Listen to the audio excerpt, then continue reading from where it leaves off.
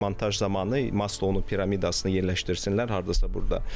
O nə deyir Maslow? Maslow deyir ki, biz ilk öncə bizim ən vacib ehtiyacımız baza ehtiyaclardır. Yeməyimiz olmalıdır, suyumuz olmalıdır, reproduktivliyimiz olmalıdır. Biz minimum insan bunu təmin etməlidir. Bunun üçün pul lazımdır, düzdürmü?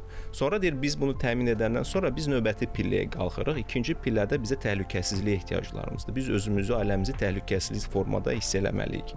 Evimiz olmalıdır, eşiyimiz olmalıdır, hansısa bir sosial qorunma hissimiz olmalıdır. Bu da pulla həll olunur.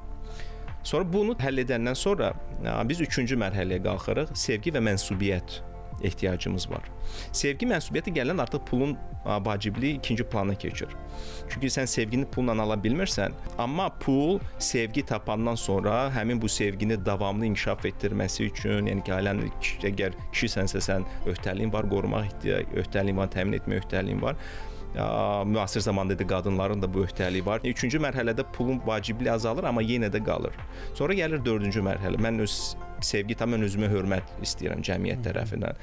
Başlayıram bizim kimi indi sosial mediada çıxış etməni falan, mən özümüzə hörmət qazanmaq kimi bir ehtiyacımız yaranır.